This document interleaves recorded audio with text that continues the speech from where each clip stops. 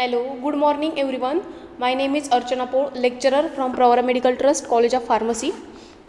We are studying mineral metabolism. In previous lectures, we have seen introduction of mineral metabolism, then the role of various minerals in life processes. In that, we have covered about calcium, then iron, sodium, potassium, phosphorus, and chloride and magnesium.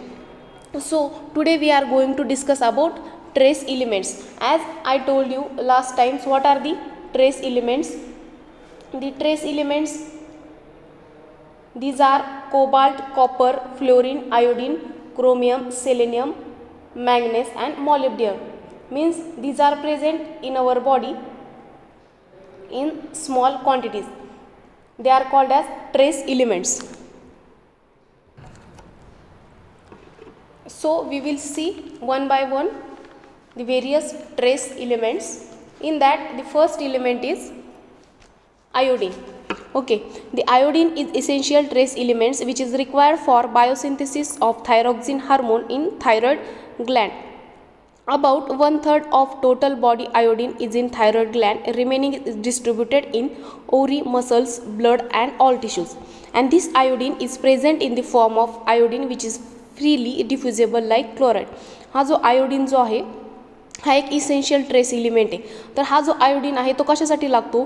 For the biosynthesis of thyroxine hormone. Thyroid Gland through जे thyroxine हार्मोनचं जे synthesis होत असतं त्याच्यासाठी iodine हा important असतो. आता 1/3 of total body iodine जे आहे ते थायरॉइड ग्लँडमध्ये प्रेझेंट असतं आणि जे रिमेनिंग जे आयोडीन आहे ते अदर बॉडी पार्ट्समध्ये त्यामध्ये ओव्हरी, मसल्स, ब्लड आणि बाकीच्या टिश्यूजमध्ये ते डिस्ट्रीब्यूट झालेलं असतं. Iodine is present in the form of iodine which is freely diffusible like chloride. हे जे आयोडीन जे आहे ते आयोडीनच्याच फॉर्ममध्ये प्रेझेंट असतं आणि ते फ्रीली डिफ्युजेबल होतं क्लोराईड आयन्ससारखं. ओके, तर in most of the iodine is bound to protein. आता हे जे आयोडीन आहे ते कुठे बाउंड असतं तर प्रोटीनला बाउंड असतो at level of 4 to 8 microgram per 100 ml. म्हणजे एका 100 mlच्या मागे 4 ते 8 मायक्रोग्रॅम एवढं जे आयोडीन आहे ते प्रोटीनला बाउंड झालेलं असतं. This is elevated in hyperthyroidism and decreases in hypothyroidism. आता हायपोथायरॉइडिझम म्हणजे हायपरथायरॉइडिझम, हायपर म्हणजे काय तर इन्क्रीज, हायपरथायरॉइडिझम म्हणजे काय होतं आयोडीनची लेवल जी आहे ती गरजेपेक्षा जास्त होते त्याला म्हटलं जातं हायपरथायरॉइडिझम. आणि हायपोथायरॉइडिझम म्हणजे काय? हायपो मीन्स डिक्रीज, ज्यामध्ये काय होतं जी आयोडीनची लेवल जी आहे ती कमी होते त्याला म्हटलं जातं हायपोथायरॉइडिझम. म्हणजे आयोडीनची जी लेवल आहे ती कमी होते त्यामुळं हायपोथायरॉइडिझम होतो. तर deficiency of iodine leads to goiter. In this dietary content of iodine is very low. जर आयोडीनची डिफिशियन्सी झाली तर गॉयटर हा जो डिसीज आहे तो होतो. म्हणजेच काय तर गॉयटरमध्ये काय होतं आयोडीन जे आहे ते खूप कमी प्रमाणात अवेलेबल होतं बॉडीमध्ये, आयोडीनची डिफिशियन्सी जाणवते बॉडीमध्ये आणि त्यामुळं जो डिसीज होतो त्याला म्हटलं जातं goitre. And finally results in hypothyroidism. Goitre is treated by supplying iodinated table salt. आणि हा जो गॉयटर झालेला असतो, हा जो डिसीज झालेला असतो त्याला ट्रीट करण्यासाठी आयोडिनेटेड टेबल साल्ट वापरलं जातं. सो हे आपण बघितलं आयोडीन. आयोडीनमुळे जे 2 डिसीज होतात त्यामध्ये हायपरथायरॉइडिझम आणि जर आयोडीनची लेवल वाढली तर हायपोथायरॉइडिझम असं म्हटलं जातं आणि आयोडीनची डिफिशियन्सी झाली तर हायपोथायरॉइडिझम असं त्याला म्हटलं जातं. आणि आयोडीनच्या डिफिशियन्सीमुळे जो डिसीज होतो त्याला गॉयटर असं म्हटलं जातं. त्यानंतर नेक्स्ट इलिमेंट जो आहे ट्रेस इलिमेंट जो आहे तो आहे copper. Okay, the copper is a cofactor of a number of enzymes. For example tyrosine, ascorbic acid oxidase, cytochrome oxidase, urease, monoamine oxidase हे जे काही एन्झाईम्स आहेत, वेगवेगळे एन्झाईम्स आहेत यांच्यासाठी कॉपर हा को फॅक्टर म्हणून एक सपोर्ट म्हणून कॉपर हा जो इलिमेंट आहे तो ॲक्ट करत असतो. आणि हा जो कॉपर आहे तो वाईडली डिस्ट्रीब्यूट झालेला आहे आपल्या वेगवेगळ्या जे टिश्यूज आहेत बॉडीमधले त्या टिश्यूजमध्ये हा जो कॉपर आहे तो वाईडली डिस्ट्रीब्युटेड असतो. आणि या जो कॉपर जो आहे त्याची डेली रिक्वायरमेंट जी असते ती असते 1 to 2 mg.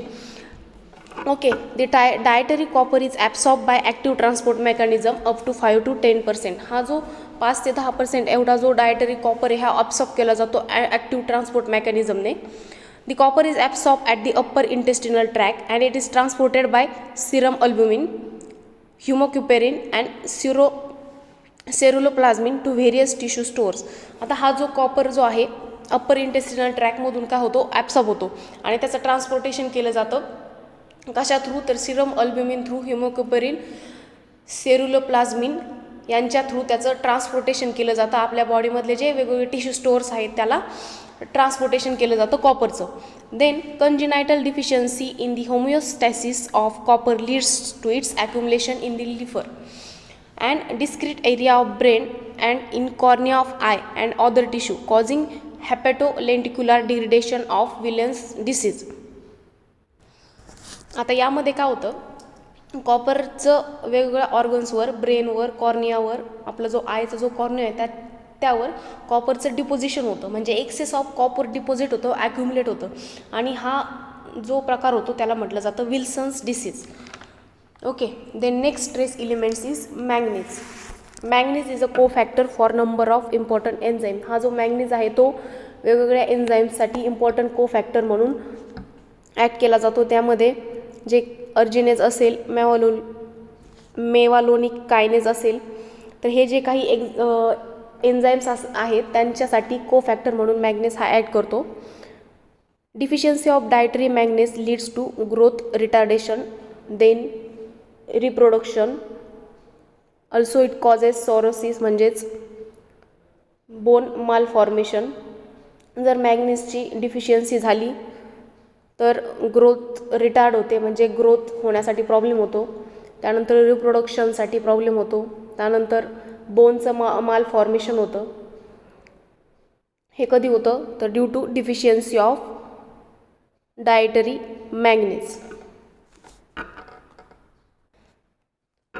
Selenium, next element is selenium. सेलेनियममध्ये काय होतं, muscular dystrophy in rat, exudative diathesis in mice and hepatic necrosis in rat is seen in case of selenium deficiency and this selenium toxicity results in to abnormalities of structure. तर muscular dystrophy म्हणजे काय, मसलचं जे weakening होतं, muscle weakening, त्याला muscular dystrophy असं म्हटलं जातं. तर रॅटमध्ये ही मस्क्युलर डिस्ट्रॉफी दिसून येते. त्यानंतर एक्झिडेटिव्ह डायथिसिस ज्याला म्हटलं जातं, पस लाईक फ्लुइड जे माईसमध्ये फाउंड होतं. आणि त्यानंतर हॅपॅटिक नेक्रोसिस म्हणजेच काय, जी लिव्हरला जी इंजुरी होते किंवा लिव्हरशी रिलेटेड जे प्रॉब्लेम होतात, इंजुरी होते, त्याला हॅपॅटिक नेक्रोसिस असं म्हटलं जातं, की जे रॅटमध्ये फाउंड होतं in case of selenium deficiency. आणि सेलेनियमची जर टॉक्झिसिटी झाली तर आपल्या ज्या स्ट्रक्चर आहे त्यामध्ये ॲबनॉर्मॅलिटीज निर्माण होतात due to the toxicity of selenium. Then the next element is cobalt. Cobalt, vitamin B12 contains cobalt as a cyanocobalamin. जसं आपण विटॅमिन चॅप्टरमध्ये बघितलेलं आहे की विटॅमिन B12ला सायनोकोबॅलामाइन असं म्हटलं जातं. विटॅमिन B12 कंटेन्स कोबाल्ट, की त्याच्यामध्ये कोबाल्ट असतो in the form of cyanocobalamin. It is called as a micronutrient, ते की ज्याला मायक्रोन्यूट्रियन म्हटलं जातं. त्याची जी डेली रिक्वायरमेंट आहे कोबाल्टची ती आहे 3 microgram per day. Then vitamin B12 it is synthesize only by bacteria intestinal flora.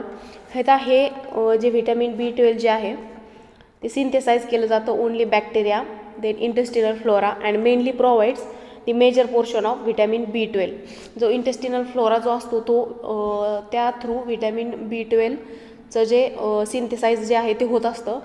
त्यानंतर जे काही इंटेस्टिनल बॅक्टेरिया असतात त्यांच्या थ्रू पण त्यांचं विटॅमिन B12चं कोबाल्टचं सिंथेसाइज जे आहे ते होत असतं. The blood cobalt level is 8 microgram per 100 ml, म्हणजे 100 mlच्या मागे 8 मायक्रोग्रॅम एवढी त्या कोबाल्टची लेवल असते. जर कोबाल्टची टॉक्झिसिटी झाली तर it results in to polycythaemia. The blood cobalt level is 8 microgram per 100 ml and if the cobalt toxicity is low but large cases it results into polycythemia. हे जे कोबाल्ट जे आहे ते रॅडियली ॲब्सॉर्ब होत असतं आपल्या गटमध्ये आणि त्याचं एक्सक्रिशन जे आहे ते बाईल थ्रू होत असतं. इट इज एक्सक्रिटेड व्हाया बाईल आणि ह्याची जी टॉक्झिसिटी जी असते ती एकदम लो असते. त्यानंतर नेक्स्ट पॉईंट जो आहे आपला तो आहे वॉटर. आता वॉटर विषय आपण ह्या मिनरल मेटाबॉलिझममध्ये स्टडी करणार आहोत. ती वॉटरचा काय इम्पॉर्टन्स आहे. ती water is most common and abundant compound of all living system. जसं काही आपल्याला माहिती आहे की वॉटर हा जो आहे तो खूप इम्पॉर्टंट असा पार्ट आहे लिव्हिंग सिस्टीमसाठी. आणि केमिस्ट्रीचा स्टडी करणं without water it is very difficult. Water is the universal solvent for all biological processes. Water हा जो आहे तो युनिव्हर्सल सॉल्वंट मानला जातो ऑल बायोलॉजिकल प्रोसेसेसला. म्हणजे वॉटरचा जो इम्पॉर्टन्स आहे तो इथे सांगितलेला आहे की वॉटर जे आहे ती युनिव्हर्सल सॉल्वंट आहे. फूडपेक्षा पण जास्त वॉटर इम्पॉर्टंट असतं. जर 20% वॉटर जरी आपल्या बॉडीमधून लॉस झालं तर त्या पर्सनची डेथ होऊ शकते. त्यानंतर प्रॉपर्टीज काय काय आहेत वॉटरच्या. Water is extremely polar due to which it is a very good solvent. जसं मी तुम्हाला आत्ता सांगितलं की आपण वेगवेगळ्या प्रोसेसेससाठी सॉल्वंट म्हणून वॉटर वेगवेगळे डायल्युशन बनवण्यासाठी वॉटरचा यूज करत असतो. Because it is a very good solvent. आणि त्याचं जे नेचर असतं ते पोलार नेचर असतं. It permits the formation of variety of true colloidal solutions. ते काय करत असतं की वेगवेगळे सोल्युशन बनवण्यासाठी कॉलायडल सोल्युशन्स बनवण्यासाठी ॲज अ सॉल्वंट म्हणून वॉटर आपण वापरत असतो. त्यानंतर water is a good insulator and it controls the heat loss from the body. हे जे वॉटर आहे ते गुड इन्सुलेटर आहे आणि आपल्या बॉडीमध्ये जे काही हीट लॉस होत असतो त्यामध्ये वॉटर इम्पॉर्टंट काम करत असतं, इम्पॉर्टंट रोल प्ले करत असतं. Also water has a very high dielectric constant. वॉटरचा जो डायइलेक्ट्रिक कॉन्स्टंट जो आहे तो खूप high. Water molecule interact with each other or interact with a variety of other molecule such as proteins, sugars, ions ETC. आता हे जे water molecule जे आहेत ते एकमेकांसोबत इंटरॅक्ट होत असतात किंवा जे वेगवेगळे अदर मॉलिक्यूल्स प्रेझेंट असतील, प्रोटीन्स असतील, शुगर्स असतील, वेगवेगळे आयन्स जे आहेत त्यांच्यासोबत ह्या वॉटरची इंटरॅक्शन होती. जसं काय आपण बघितले होते हायड्रोजन बॉन्डिंग, हायड्रोफोबिक बॉन्डिंग, हे बॉन्डिंग जे आपण बघितले होते. तर ह्यामध्ये काय होतं की वॉटरसोबत इंटरॅक्शन होऊन हायड्रोजन बॉन्ड जो आहे तो तयार होत असतो. हायड्रोजन बॉन्डचं फॉर्मेशन होत असतं. Hydrogen bonding between adjacent water molecules. म्हणजे वॉटर मॉलिक्यूल्स एकतर एकमेकांसोबत रिॲक्ट होतात किंवा अदर जे मॉलिक्यूल्स आहेत प्रोटीन्स, शुगर यांच्यासारख्या मॉलिक्यूल्ससोबत रिॲक्ट होतात आणि एक हायड्रोजन बॉन्डिंग जी आहे ती तयार करतात. ठीक आहे. त्यानंतर आपण बघणार आहोत की वॉटरचे sources of body water include. तर त्याच्यामध्ये फर्स्ट जो सोर्स आहे तो आहे फ्लुइड ऑफ द डाएट. आपण जे काही डाएट घेत असतो त्या थ्रू देखील आपल्या बॉडीला वॉटर भेटत असतं. त्यानंतर दी solid of the diet which contains water. आपण जे काही डाएटमध्ये सॉलिड पार्ट जो घेत असतो त्या सॉलिड पार्टमध्ये पण वॉटरचं काही प्रमाण असतं, त्यामधून पण आपल्याला वॉटर भेटत असतं. आणि त्यानंतर थर्ड जे आहे water produce by the oxidation reactions taking place in the body. आपल्या बॉडीमध्ये जे काही ऑक्सिडेशन रिॲक्शन्स होत असतात त्यांच्या थ्रू पण आपल्या बॉडीला वॉटर भेटत असतं. म्हणजे आपण हे जे सोर्सेस झाले की ज्या सोर्सेस थ्रू आपल्या बॉडीमध्ये वॉटरचा इंटेक होतो. आपण जे फ्लुइड घेतो, ज्यूस घेत असतो डाएट थ्रू किंवा जे काही लिक्विड फूड आपण घेत असतो, डाएट घेत असतो, त्या थ्रू आपल्या बॉडीला वॉटर भेटतं. त्यानंतर जो काही सॉलिड डाएट आपण घेत असतो त्या मार्फतसुद्धा आपल्या बॉडीला वॉटर भेटत असतं. आणि आपल्या बॉडीमध्ये जे काही रिॲक्शन्स होत असते ऑक्सिडेशन रिॲक्शन त्या थ्रू देखील वॉटर प्रोड्यूस होत असतं. From the above sources water is available for the body and the water is use to eliminate the toxic materials from the body. आता वॉटर जे आहे ते काय करतं तर वेगवेगळे टॉक्सिक मटेरियल्स जे आहेत ते आपल्या बॉडीमधून बाहेर फेकण्यासाठी वॉटर हेल्प करत असतं. तर वॉटर इज कोणत्या सोर्सेस थ्रू एक्सक्रीट होत असतं आपल्या बॉडीमधून. म्हणजे कोणत्या सोर्सेस थ्रू वॉटर आपल्या बॉडीमधून बाहेर फेकलं जातं. तर त्याच्यामध्ये फर्स्ट जे आहे लंग्स, त्यानंतर skin, kidney, intestinal canal, lactation आणि आईज हे सोर्सेस आहेत की ज्या सोर्सेस थ्रू वॉटर आपल्या बॉडीमधून एक्सक्रीट केलं जातं म्हणजे बाहेर फेकलं जातं. लंग्स म्हणजे in the form of water vapors. त्यानंतर स्किन जे आपल्याला स्वेटिंग होत असतं, आपल्या जो घाम येत असतो त्या थ्रू वॉटर आपल्या बॉडीमधून बाहेर जातं. त्यानंतर किडनी म्हणजे युरिन थ्रू जे फिल्ट्रेशन होत असतं, किडनी थ्रू जे फिल्ट्रेशन होत असतं तर त्यामधून तो एक सोर्स आहे वॉटरचं एक्सक्रिशनसाठी. त्यानंतर इंटेस्टिनल कॅनल म्हणजेच फेसेस. त्यानंतर लॅक्टेशन म्हणजे मिल्क थ्रू जे एक्सक्रिशन होत असतं वॉटरचं. आणि लास्ट आईज थ्रू म्हणजे जे डोळ्यातील पाणी येत असतं, टीअर्स म्हणतो आपण त्यांना, की त्या थ्रू पण आपल्या बॉडीमधून वॉटर बाहेर फेकलं जातं. The excretion of electrolytes via urine is control by mineral corticoid hormone and it is secreted by adrenal Gland. आता हे जे काही इलेक्ट्रोलाइट्स असतात त्यांचं जे एक्सक्रिशन होत असतं युरिन थ्रू की जे मिनरल कॉर्टिकॉइड हार्मोन जे आहे ते सिक्रेट करतं की जे ॲड्रेनल ग्लँड थ्रू सिक्रेट होत असतं. त्यानंतर जो नेक्स्ट पॉईंट जो आहे तो आहे वॉटर इन लाईफ प्रोसेसेस, म्हणजेच आपले जे काही बॉडी फ्लुइड्स आहेत, इलेक्ट्रोलाइट्स आहेत, ॲसिड बॅलन्स जो आहे, तर यांच्यामध्ये वॉटरचा काय रोल आहे, वॉटर इन लाईफ प्रोसेसेस आपण त्याला म्हणू शकतो, ते आपण आत्ता बघणार आहोत. तर आता बॉडी फ्लुइड म्हणजेच काय, body fluid refers to the body water and dissolve substances. Body fluid म्हणजे काय, तर बॉडीमधलं वॉटर, त्यानंतर त्यातले डिसोसिएट झालेले इलेक्ट्रोलाइट्स आणि डिझॉल्व सबस्टन्सेस, यालाच म्हटलं जातं बॉडी फ्लुइड. जे डिझॉल्व सबस्टन्सेस त्यामध्ये वेगवेगळे सबस्टन्स असतील, प्रोटीन्स असतील, साल्ट असतील, मेटाबोलाइट्स असतील, विटॅमिन्स जे असतील, तर हे काय असतात आपल्या बॉडीमध्ये वॉटरमध्ये डिझॉल्व झालेले असतात. Fluid comprises and average of 60% of total body weight. आपलं जे टोटल बॉडी वेट जे आहे त्याच्यापैकी 60% बॉडी वेट जे आहे ते फ्लुइडनी कंप्राइजेस केलेलं असतं, म्हणजे ते फ्लुइड असतं, बॉडी फ्लुइड ज्याला म्हटलं जातं. About 2/3 of total body fluid is within the cell. आता मी तुम्हाला सांगितलं होतं इन सेल ज्याला म्हटलं जातं, विदिन दी सेल ज्याला म्हटलं जातं इंट्रासेल्युलर फ्लुइड, की ज्या सेलच्या आतमधलं फ्लुइड असतं, आणि एक्स्ट्रासेल्युलर फ्लुइड म्हणजे आउटसाईड ऑफ दी सेल. आता 2/3 एवढं जे फ्लुइड असतं ते सेलच्या आतमध्ये असतं, की ज्याला म्हटलं जातं विदिन दी सेल, आणि 1/3 एवढं जे आहे ते आउटसाईड ऑफ सेल असतं, की फ्लुइड जे आहे प्रेझेंट असतं ते आउटसाईड ऑफ सेल, ज्याला म्हटलं जातं extracellular fluid. About 80% of extracellular fluid is in interstitial fluid and 20% is in plasma fluid. आता इंट्रासेल्युलर फ्लुइड एक असतं आणि एक्स्ट्रासेल्युलर फ्लुइड एक असतो. तर हे एक्स्ट्रासेल्युलरमध्ये परत 2 कंपार्टमेंट आहेत, इंटरस्टेशियल फ्लुइड आणि ब्लड प्लाझ्मा फ्लुइड. तर 80% फ्लुइड जे आहे ते इंटरस्टेशियल फ्लुइडमध्ये असतं, आणि ब्लड प्लाझ्मा जे आहे ब्लड प्लाझ्मा फ्लुइड ते 20% असतं. ठीक आहे.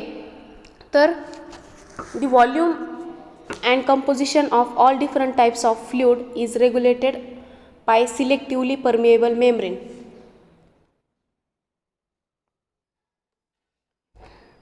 Which separate body fluid into distinct compartments. आता ही जी व्हॉल्यूम आहे, कंपोजिशन जी असते वेगवेगळ्या टाईप्स ऑफ बॉडी फ्लुइडची, ही जो आपल्या बॉडीमध्ये जो परमिएबल मेम्ब्रेन असतो तो रेग्युलेट करतो. ही जी व्हॉल्यूम आहे बॉडी फ्लुइडची ते रेग्युलेट करण्याचं काम हा जो परमिएबल मेम्ब्रेन जे आहे, परमिएबल मेम्ब्रेन म्हणजे काय, जो आपलं जो बॉडी फ्लुइड आहे त्यांना डिस्टिंक्ट कंपार्टमेंटमध्ये सेपरेट करतो, तो जो परमिएबल मेम्ब्रेन असतो तो या व्हॉल्यूमला रेग्युलेट करण्याचं काम करत असतो.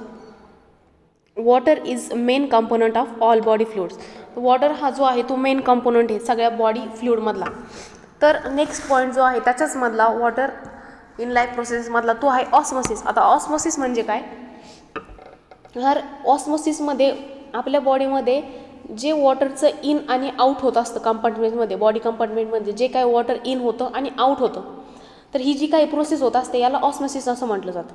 The concentration of solute in fluid is there for a major determinant of fluid balance. आता सोल्यूटचं कॉन्सन्ट्रेशन किती आहे हा त्याचा मेजर पार्ट आहे, मेजर डिटर्मिनंट आहे.